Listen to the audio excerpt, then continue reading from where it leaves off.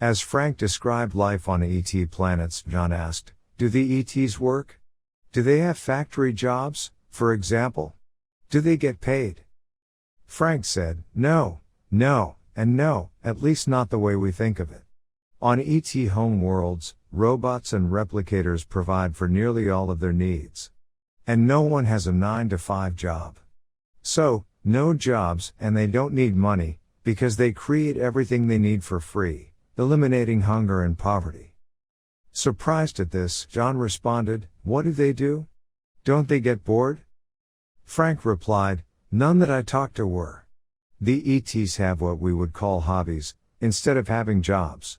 Their individual projects contribute to the overall well-being of their society, and they do it as volunteers. No one forces anyone else to do anything, but rather, they contribute because they want to. They were all far happier and more fulfilled than nearly all humans that I know. Also, many ETs travel within the Milky Way galaxy and to other galaxies the same way that humans take vacations. They like to experience the variety of other civilizations on other planets.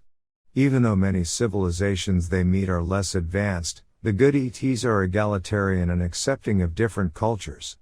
It's a little like for us on Earth, we don't expect children and pets to have the same skills as adults, but we love and accept them anyway. John questioned, how do they get an education? They look on that as a long-term pursuit. They expand their knowledge and wisdom for their entire lives. If they are curious about something new, they have zero-tuition universities, where everyone can freely acquire knowledge about any subject imaginable. Or they can do it online through their version of the internet. John picked up on something Frank said and asked, you mentioned replicators. Do you mean like on Star Trek? Frank continued, exactly. You know that guy Roddenberry who created Star Trek? He has to be an alien. John smiled, even as he wondered whether Frank was joking. Frank continued, all an Enterprise crew member had to do was tell a replicator to make something new or repair something or take something apart, and it would. Well, the ETs have equipment just like that on all their ships and home planets. John responded, okay, so they have replicators. But where they get all the raw materials? They can't take everything with them on a ship. They take apart atoms, Frank said. For advanced civilizations, there is no mining of any kind. They don't destroy the environment digging up iron and copper ore. That's the hard way. John mentions seeing a TV show about aliens. The narrator claimed that aliens would travel hundreds of light years to mine gold on Earth. Frank continued, that's pure fantasy. With the aliens' superior technology, they don't need to mine gold. They simply rearrange atoms to make whatever they need, including gold. They can take water, dirt, or trash and turn them into anything they choose, including tons of gold and diamonds. On Earth, those things are precious and scarce, and that makes them valuable here. That's not the case for the ETs. Anyone can make as much of any of those things as they want. If an ET couple chooses to make an entire house out of nothing but gold and diamonds, they can easily do it. And no thief would be tempted to chip off part of their gold and diamond house and steal it because it would be easier for the thief to use a replicator. By the way, ET civilizations have no thieves. When you can create anything you want, there's no need to steal anything from somebody else. Every ship, every home has a personal replicator. The home versions are mostly for smaller objects. For things up to about the size of a refrigerator on Earth. For larger objects and for making ships, they have computer-operated robotic factories filled with large replicators. Because they have unlimited free energy, everyone can have anything they want, and everything is free. With free energy, there is no poverty, no lack, and no hunger. Think about how life on Earth would be different if no one had to pay for electricity or gasoline. John related an experience where he saw giant ET replicators, as Frank described. In a regression-progression session, he traveled out of his body to see the following. John described what happened. Suddenly, I'm in a vast factory-like building in an underground base, alongside a giant mothership under construction. The ship appears to be about twice as long as an American football field. About 600 feet or 180 meters. I'm aware that these ships can be much larger than this one. They can be miles long.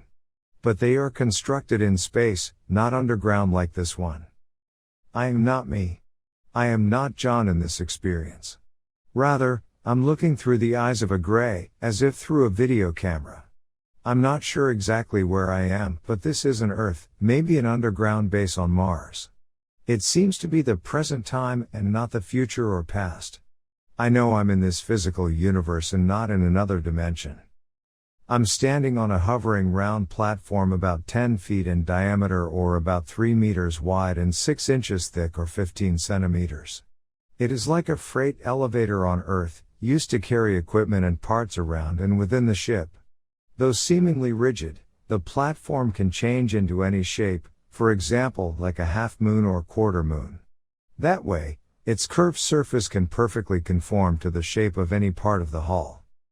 The platform uses anti-gravity to hover around the ship. I can adjust the platform's position, raising or lowering it telepathically. Or I can tap instructions into a small computer-like tablet on my chest. I can also tap the 3-inch round anti-gravity device on my belt and hover away from the platform. I also have round handheld anti-gravity discs that are about 4 inches in diameter. After I attach them magnetically to any object, the object will levitate, making it easier to move it around. Looking in all directions, I see several other grays. The factory is almost completely automated with maybe 100 robots. But I see only 3 grays.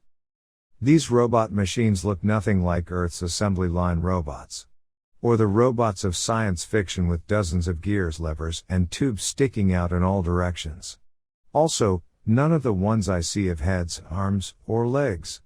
Instead, all have smooth, curved surfaces that can change their shape to conform to the shape of the ship's hull. I don't see any sharp edges. The bots vary considerably in size, some are no more than a foot high, while the largest one looks to be about 50 feet tall and moves slowly and deliberately. Most of the smaller bots hover or dart rapidly around, while the larger bots are in close contact with the hull. The ship appears about 3/4 complete with large unfinished areas that allow me to see inside. The largest bots move laterally alongside the ship about as fast as a human can walk, generating a completed hull beneath them.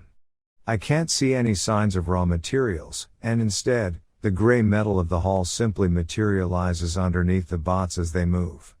The metal is semi-gloss and not particularly shiny, and there are no seams, no rivets, no indentations, no holes, and no visible flaws. Looking through the unfinished parts of the hull into the interior of the mothership, I see dozens of smaller bots in the process of materializing the interior walls and floors. As they finish the walls and floors, other bots move in to materialize the inner equipment and furnishings. In every case, the bots receive no raw materials, they are simply creating the entire ship out of thin air, so to speak. I wonder how long it will take them to finish the ship, and the gray part of me knows that it will be no more than a week or 2 by Earth time. After the session ended, John took a few minutes to think about what he had seen. He intuitively knew that among several ET races that most commonly visit Earth, the Greys excel at high-level engineering. Other races, including the Nordics, are happy to have the Greys build most of their ships.